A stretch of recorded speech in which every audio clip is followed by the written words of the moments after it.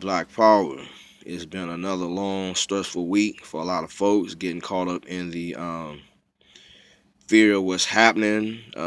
Some people who previously thought they were protected are starting to see, the gentrification issue also targets them, especially targets them because y'all really got what they really want.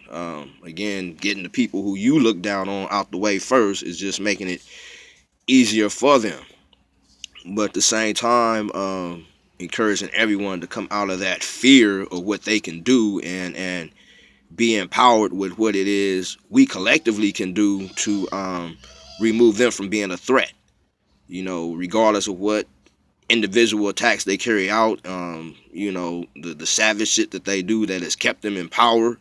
Again, as more people join different levels of resistance against that, it neutralizes and takes that out. But also cautioning the game that continues to be played on us as new power comes into position. Quite often the ruling elite still has some type of influence over them. So that's why it's most definitely encouraged that each and all of us get involved.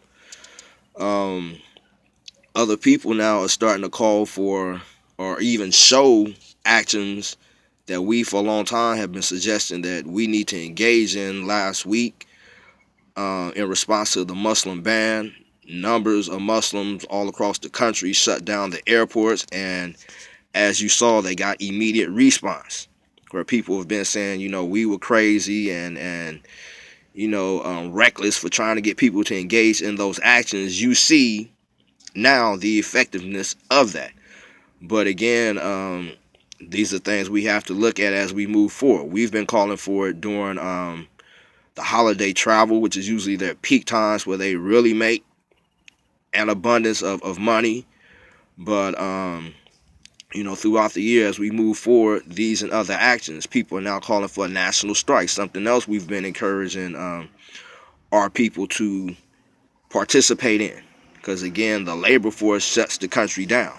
It disrupts the power structure, and in a lot of successful revolutions, these are the actions that have backed up, the military resistance and resistance on different levels. But the workforce has a lot of power. So right now, other people now are calling for these actions. They're calling for one day on the 17th, the Friday before President's Day, which, is a way of, making a statement or whatever. But we need more effective things that will very likely call for more long-term actions, more permanent actions. So, a united front most definitely to different extents is good, but at the same time, we have to move forward with our agenda. So, don't get caught up in the illusion of the fear. Don't get misled that we are powerless.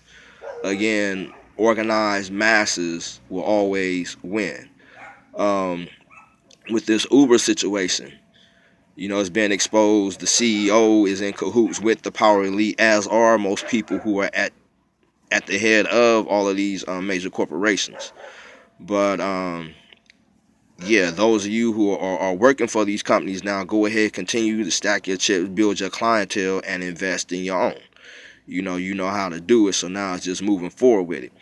There's a brother who has a app right now called Moving. I will include that in the description, but he might be able to expand out here to the west, or he might be able to help people out here who are already in motion, build up. But most definitely, these are times when we have to seize these opportunities.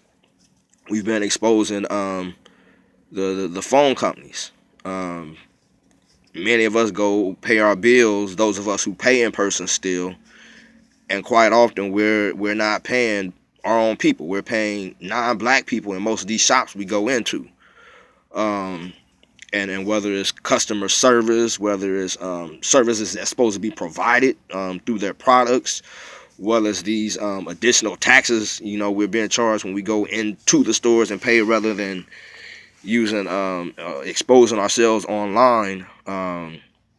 These are all issues that we have been pointing out with phone service providers. So that's another area where we now need to expand and build up.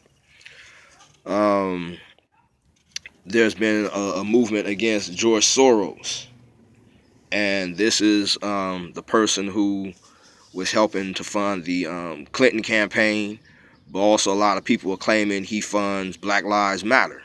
As far as I know, there still hasn't been a public response from them concerning this, but now there's a world movement taking place against this individual. So that's why transparency needs to happen, or people need to come forward and say yes or no whether this individual was funding them. But also, again, it's bigger than him. The Rothschilds, the Rockefellers, the Koch brothers, these are also powerful individuals who help fund the oppression, fund the co-opting of movements. But again, instead of just focusing on these individuals such as Trump, Soros, whoever, we have to understand we're countering a organized body of people who are oppressing us on many levels.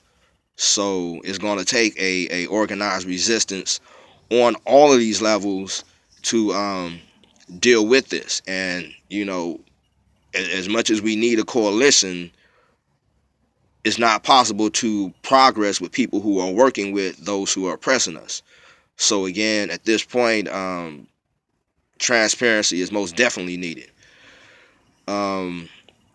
It was also exposed this past week that corporations are now investing in ways of getting people to stay ignorant. There was a post last week that was asking people if they were tired of seeing all these political posts, and if so, they could download an app that would block political posts from their news feed. But in addition to blocking those posts, what it now does, it helps expose people they're connected to who are putting this information out, and helps us get further targeted. But that's part of what it is.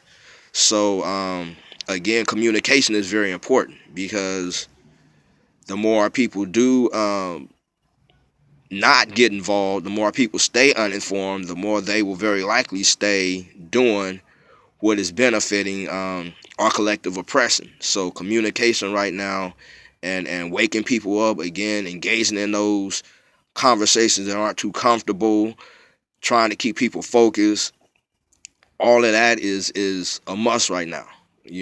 Genocide, gentrification, slavery, all of this is upon us. And unless we massively organize, they will have more success. And people like myself, other individuals who are a little bit more out here, yeah, they're trying to shut us down. They're trying to isolate us. They're trying to cut off our means of communicating with y'all on whatever level. So that's where more people have to step up. We are exhausted doing all we can, but again, you bring a whole new dimension to the table. You don't have to be out front like a lot of us are, but just, put in the work. And quite often that is even more effective, the longer you can stay unidentified. But you are needed right now. Salute to the brothers at the Smyrna prison. I think it's called the James T. Vaughn Correctional Center. They rose up and fought back. How it's played out, I haven't gotten too much information yet, but the guards claim they secured the facility. And again, that's a soft way of saying what very likely actually happened, but at this point, I don't know. So as we find out more information, we'll put it out. If you know something more on it, most definitely share it with us. The Pan-African Film Festival will begin this week, Thursday. It will open once again over here at the Rave Theater by the Crenshaw Mall. And quite often they bring a lot of necessary films to the community. Quite often produced, directed, made by black people from all over the world. Not just America, but a lot of films from Africa, Jamaica, Brazil, wherever.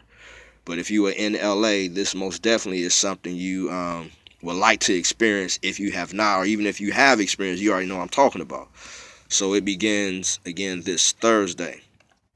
And we will be out in Leimert Park again today with the Break Bread Survival Program.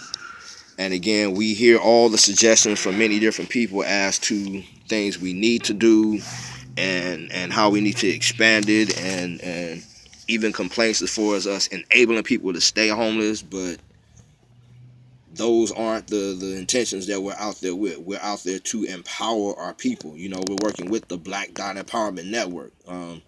We have what we call Black Empowerment Media. So we most definitely know the blueprints and all of that, but we are limited in personnel. Most definitely thanks to the many people who have been stepping up. Like I said, the Black Dot Empowerment Network, we Blacks in 365, Sister Osana, Sister Chastity, Sister Okima, and Brother Stern, Brother Musa Kane, Brother James, and Sister Tage, and others who have volunteered their time, resources, energies to this, and others who I'm forgetting at the time, Sister Robin and her mom in their day school. But we need more support in many different areas to address all of this. Yeah, right there we're dealing with the homeless issue and other things, the housing crisis, the gentrification. But again, all of it is connected to everything that's happening right now. It's an agenda of white nationalism. So yeah, black nationalism is how we organize to counter it, and open to every voice in the community to have a say, and most definitely step up to do your part. All power to the people.